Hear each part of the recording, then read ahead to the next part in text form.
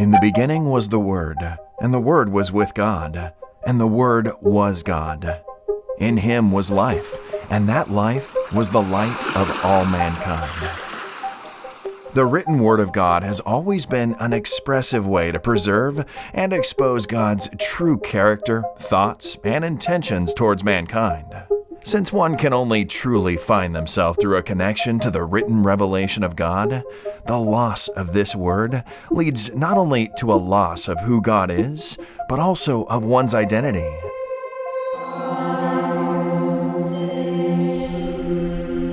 In times before, when God's Word was inaccessible, darkness descended.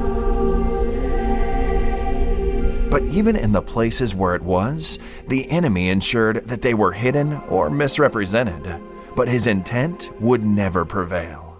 Hi there, I'm John Bradshaw from It Is Written, and I want to tell you about how a book changed my life.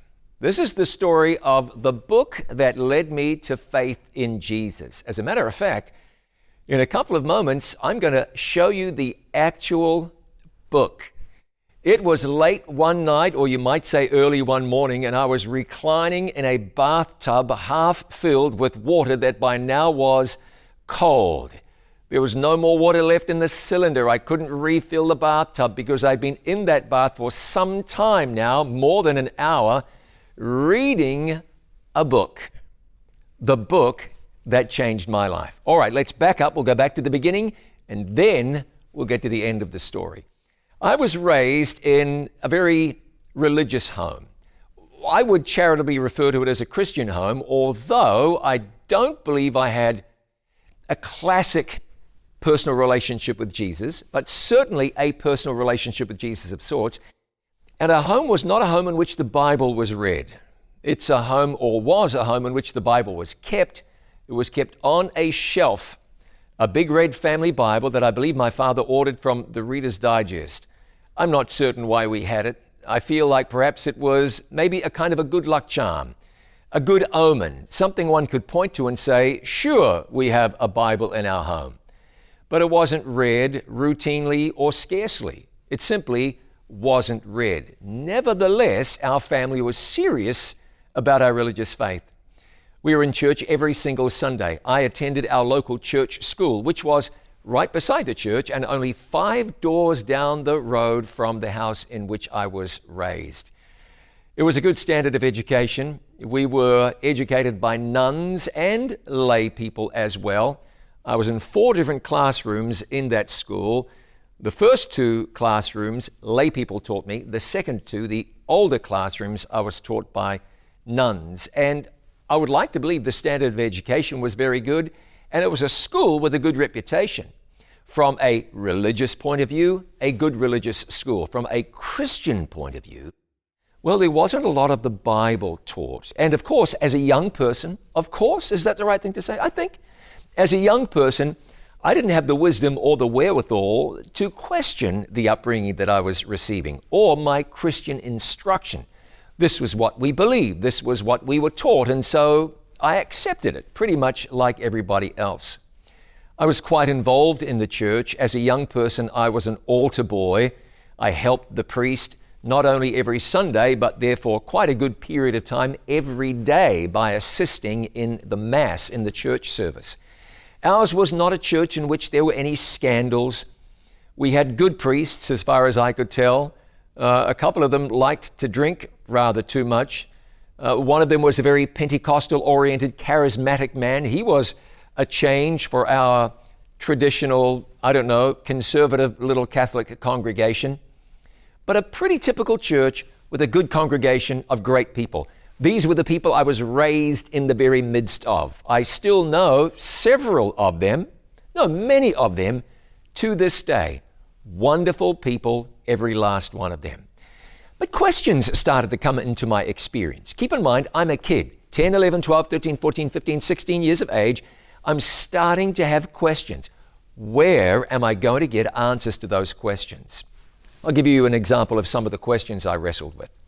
As an altar boy, I would go to a funeral, many funerals. At the funeral, the priest would say something like, "We can rejoice and be glad because our dearly departed friend is in the presence of God, praising God. And then we would go to the cemetery, lower the body into the grave, and as the casket was sinking beneath the surface of the earth, the same priest would refer to the same person and say, "Here our friend will lie until the resurrection when Jesus comes to wake the dead." And I was now struggling, trying to figure out how two people could be in one person could be in two places at the same time.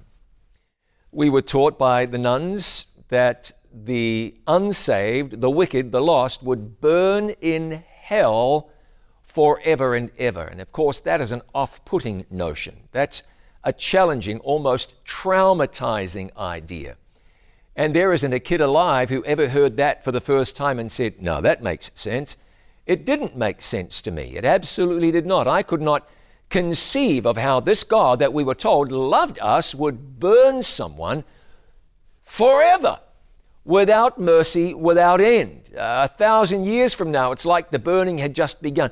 It didn't make sense then, and doesn't make sense now. I was encouraged to pray to dead people, to pray to Mary. May was Mary's month in our church. Every August, we would celebrate the Ascension, when Mary, or the Assumption, as a matter of fact, when Mary was bodily assumed into heaven. Now, we were taught that not from the Bible, but on the basis of the teachings of our church. We would pray to Mary, we would pray to angels, we would pray to various saints of all kinds of backgrounds and names and so forth. And I wondered about that. I wondered as a young person, should I pray to saints, or could I not just pray to God? So, I had a lot of doctrinal confusion, questions that just started raising themselves in my mind. As I got older, the questioning took on a different turn. As I got older, I started to read other books, and one of the books that I was given was a book called The Late Great Planet Earth, written by Hal Lindsey. As I remember it, an expose of how end-time Bible prophecy is going to play out. And I read that book fascinated. I don't remember believing a single thing that was in the book, but I was fascinated. I thought, prophecy, I've never studied that. I don't know anything about that. Here's somebody who's digging into it. What can it mean?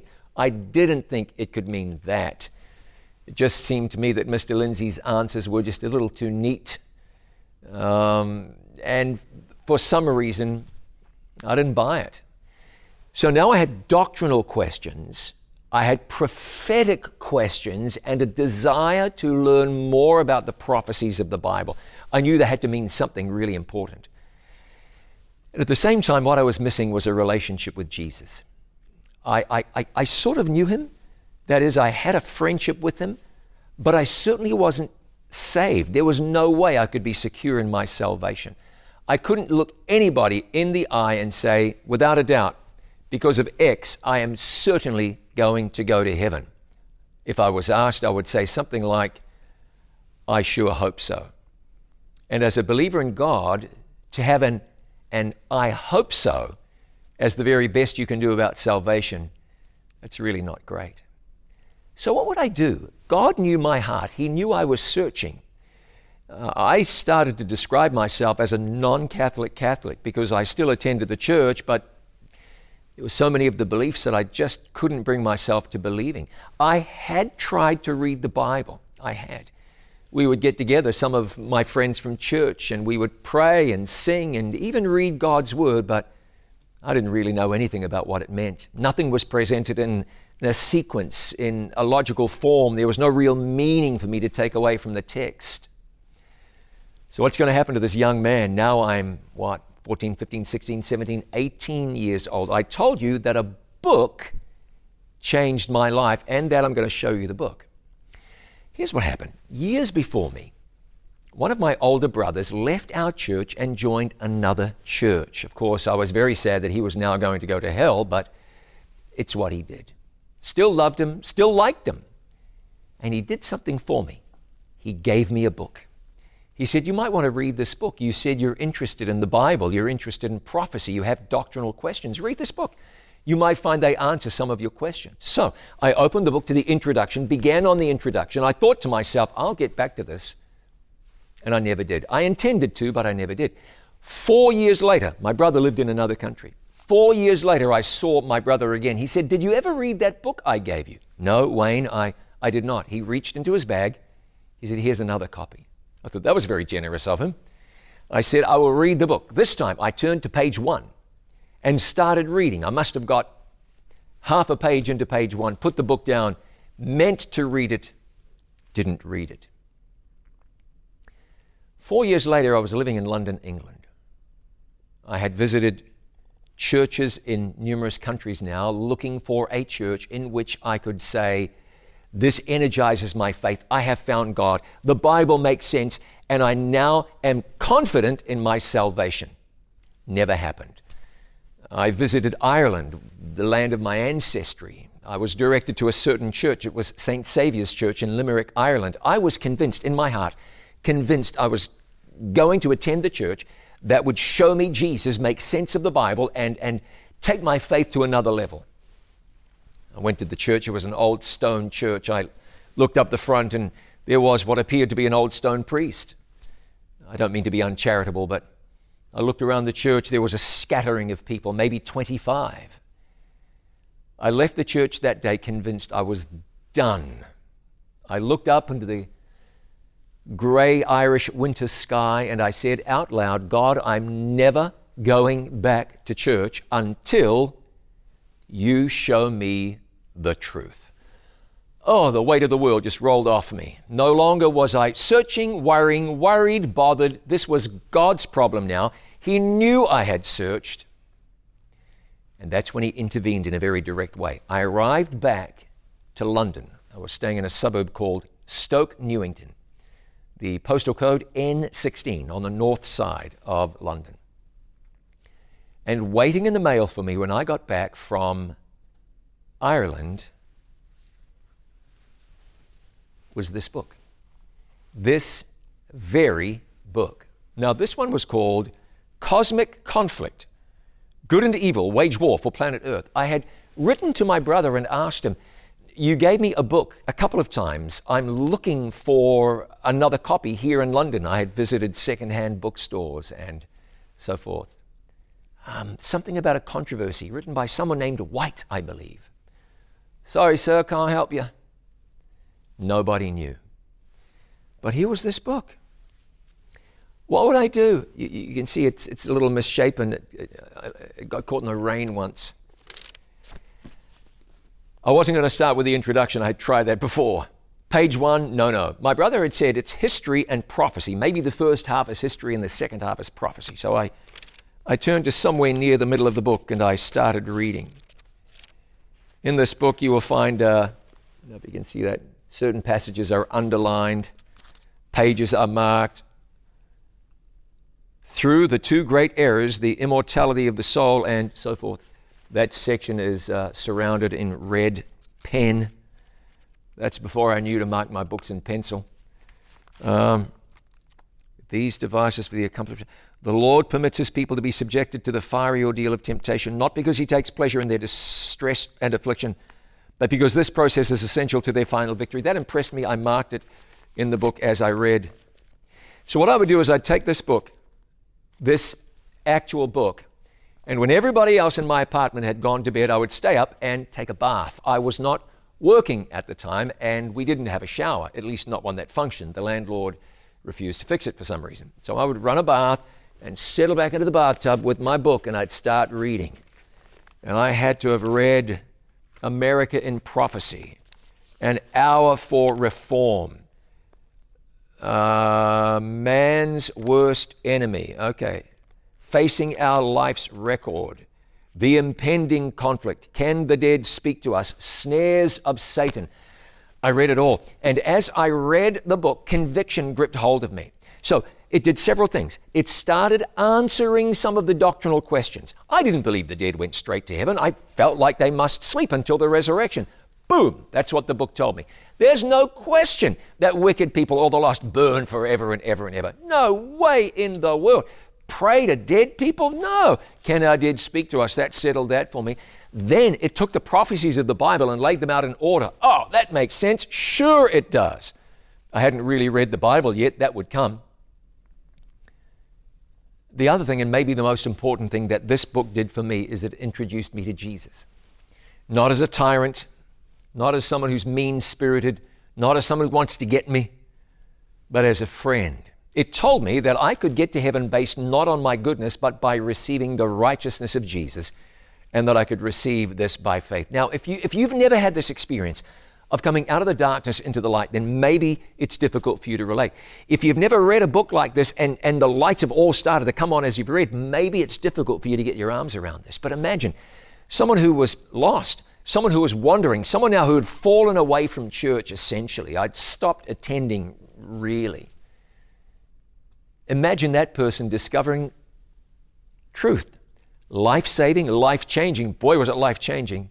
Radical, pure truth. I found it.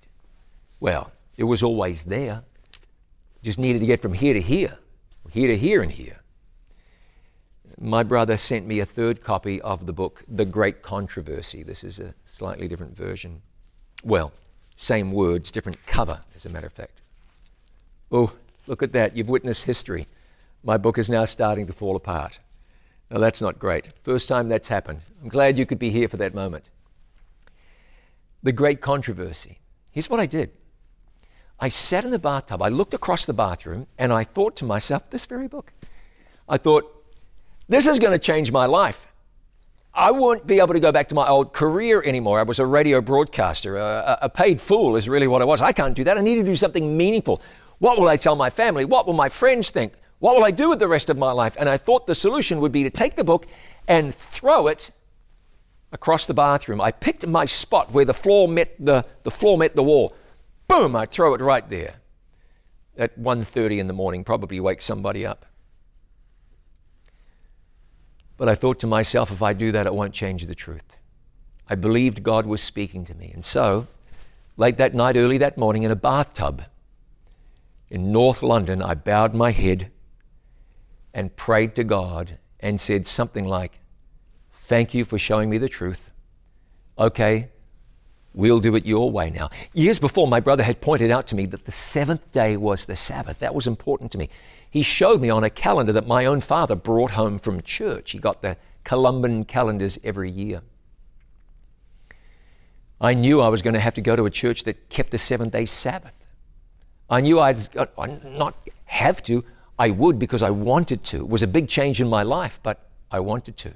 The next day, I went to the living room, picked up the phone, dialed, 0, I don't remember, called the operator. And I said, could you please give me the number for the Seventh-day Adventist Church? And you could say, that's where the story began. But that beginning began a little further back. When I picked up this book, read it from the middle to the back cover, then I went back and started from the front. I've read it many times. I'm about to begin reading it again. It's a life-changing book filled with the message that God has for us today. So let me say this in conclusion. What God did for me, He's doing for others. What my brother did for me in sharing this book with me, you and I can do for others. God said that the everlasting gospel is going to go to earth's remotest bounds, to every nation, kindred, tongue, and people. And a significant way that is going to happen is via the printed page, through books such as The Great Controversy. If you can share this book with somebody and you prayerfully believe that this would be a blessing to them, don't wait, share the book. If God impresses you, this book is what somebody needs. And I would ask you to be prayerful about that. But if God impresses you, don't hang back. Instead, share that book. Here at It Is Written, we just received another shipment of 25,000 copies of The Great Controversy. The last 35,000 copies sold out. I believe in this book, in sharing this book. It led me to faith in Jesus and faith in the Bible. And it'll do that for countless other people before Jesus returns. I encourage you, read The Great Controversy. Share The Great Controversy and books just like it. Point people to the Bible. Lead people to Jesus. Before we know it, the sky will split wide open. Jesus will come riding down the great corridors of space. He'll gather us together and we'll go home to be with Him forever. My prayer is that that day will come soon. Thanks so much for your time, and may God bless you. You know, I grew up in a secular Jewish home, and I often joke the way we did our religious holidays was like, they tried to kill us, they failed, let's eat. Okay, that was the essence of my religious upbringing. And I had been raised in a very secular home, as that obviously, and I was raised very postmodern. You have your truth, you have your truth, and there's no truth above, which no God's eye view, you know, truth is just personal, social, relative, whatever. And that's how I was raised, that's how I believed. And then one day, and I'm not going to go into all the details, but it hit me that truth had to exist. It hit me that there's a world, there's a universe here, there's something here, something had to explain it. And whatever that something was, that was the truth with a capital T. And so I still remember when that thought hit me. This was in the early to mid 1970s. I remember walking down a street, and I remember thinking to myself, if it were humanly possible to know this truth, because even though I knew it had to exist, I mean, we're here, something's here, something had to explain it, and that was the truth. Even though I knew it had to exist, I realized I might not ever be able to know it. Okay, maybe I could, maybe I couldn't. But I remember thinking to myself, I was maybe 21 years old.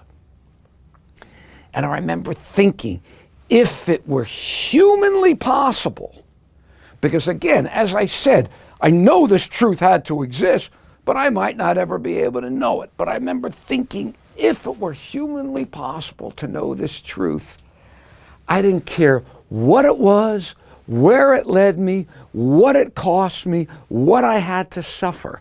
I thought, if I could know it, I wanted to know it no matter what.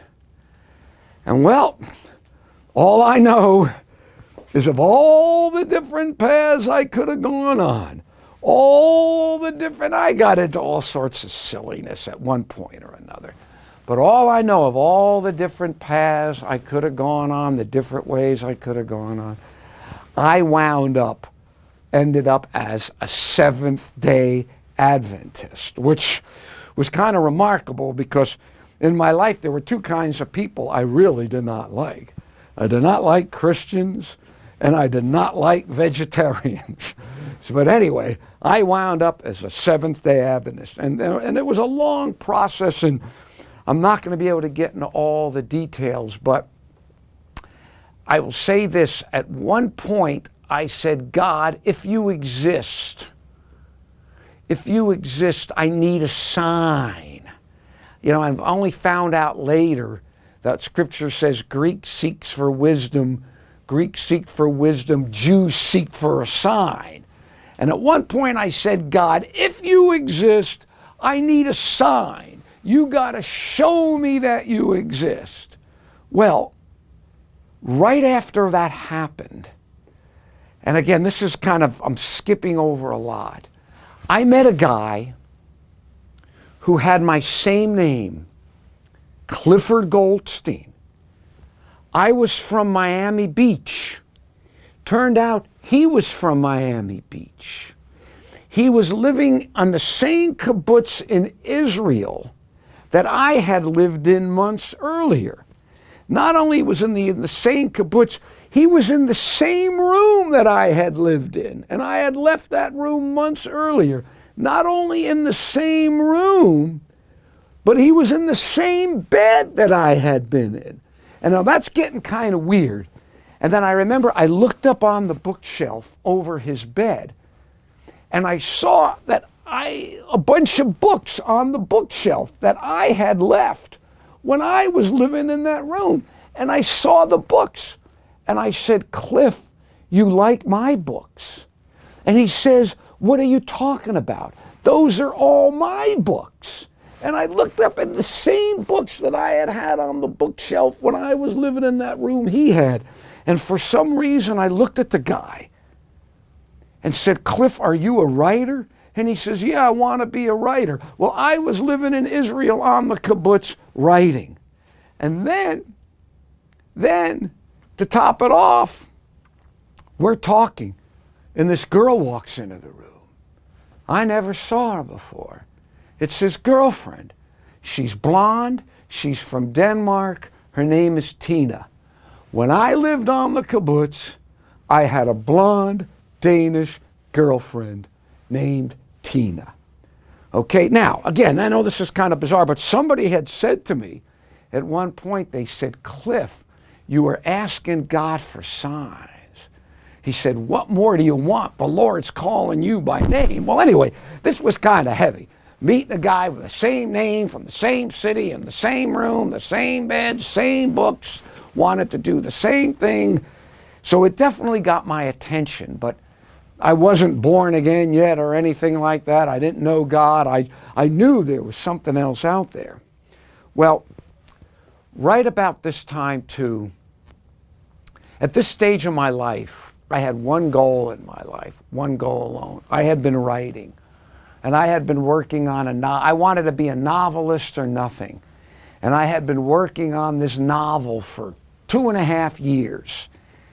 And I was back in Gainesville, Florida, writing my novel. Nothing else mattered to me other than writing this book. It was my life.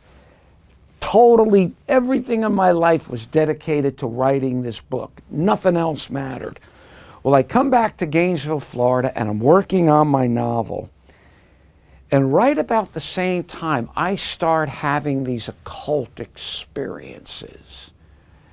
I start having this sensation that I'm leaving my body and floating outside my body and so forth. And even though I know there's no such thing as a separate conscious immortal soul, I know that now.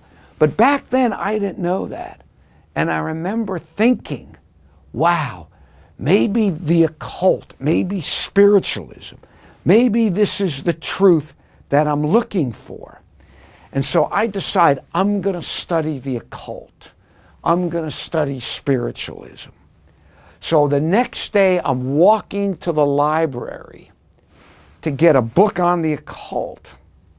And I was really the epitome of a hungry writer. And I needed a job. And there was a health food store. And so I knock on the door of the health food store. I mean, I'm even going to work for Hated Vegetarians. I mean, that's how desperate I was.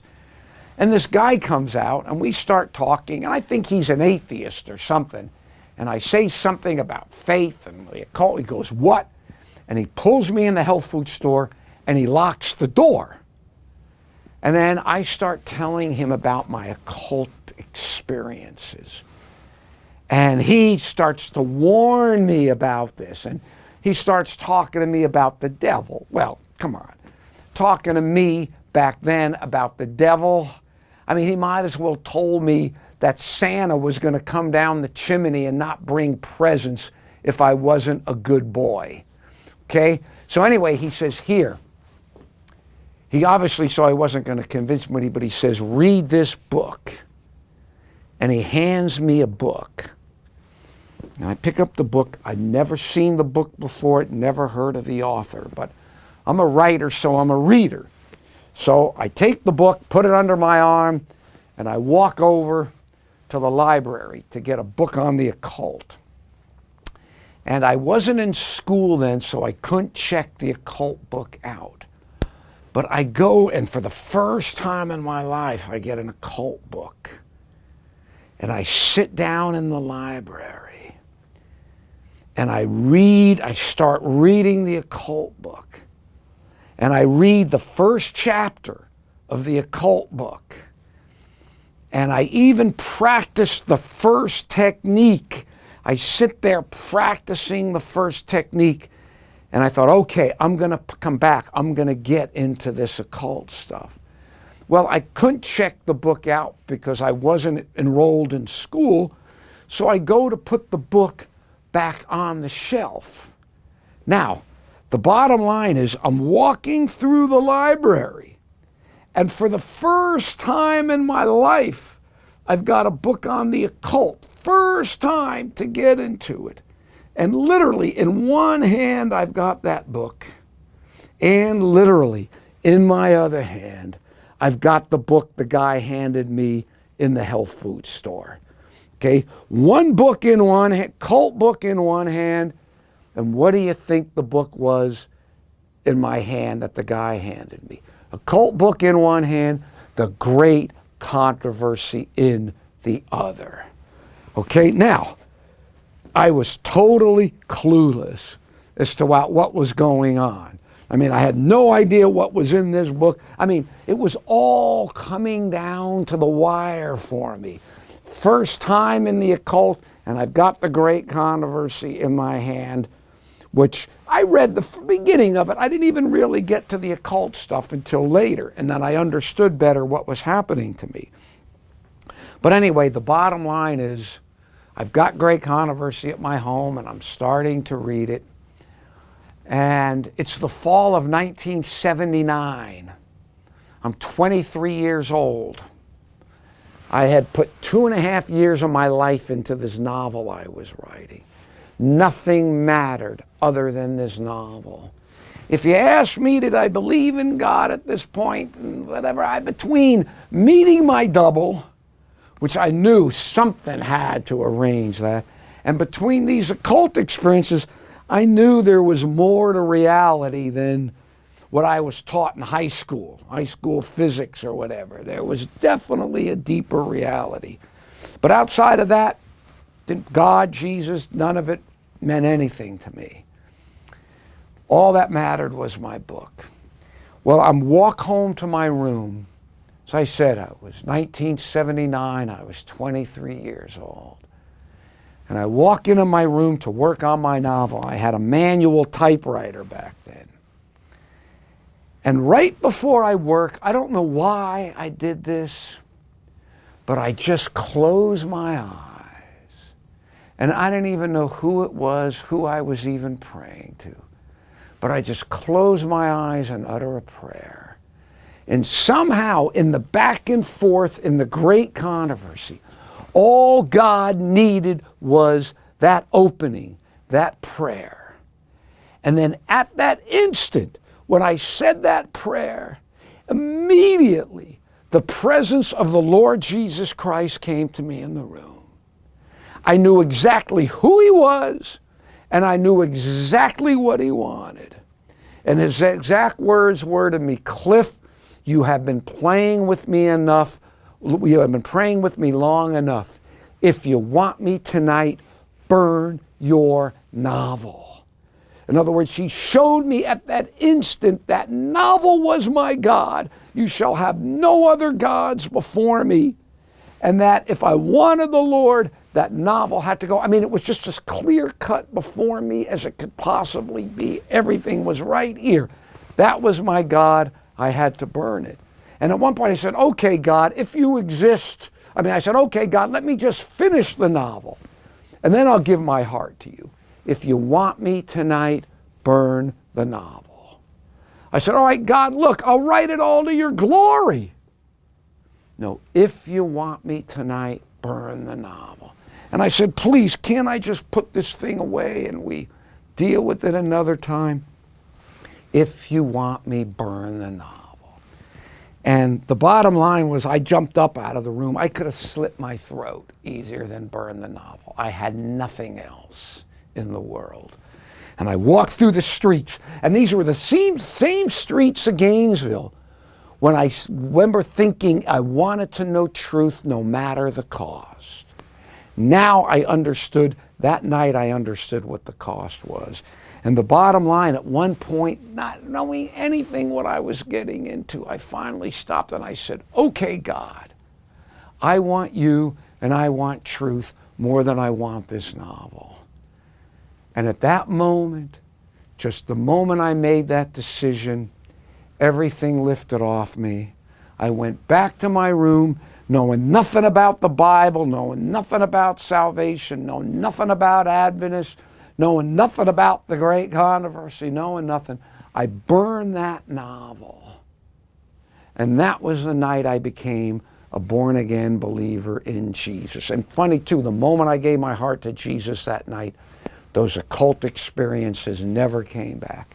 And eventually I studied with the Adventists in the health food store, read the Great Controversy, and well, that was almost over 40 years ago, and here I am today. You know, the book Great Controversy, I think one of the amazing things about Great Controversy is you got to remember the time she wrote it. She wrote it at a time of virulent anti-Catholicism in America. And the views and for her at that day and age, to make the prediction that Catholics and Protestants would unite, to make that prediction back then just seemed absurd. It seemed absurd. And yet, I remember in the 1990s, reading, these Catholics and Protestants were signing documents about common views on justification, and they were united. And I remember I talked to a Jesuit priest one time, and he said something. I said, what about with Luther? He said, it's over. It's over. The rift is, all this stuff. If you look at the stuff today, it's amazing for Ellen White to have written that in her day and age, to see what we see happening today. It really is powerful.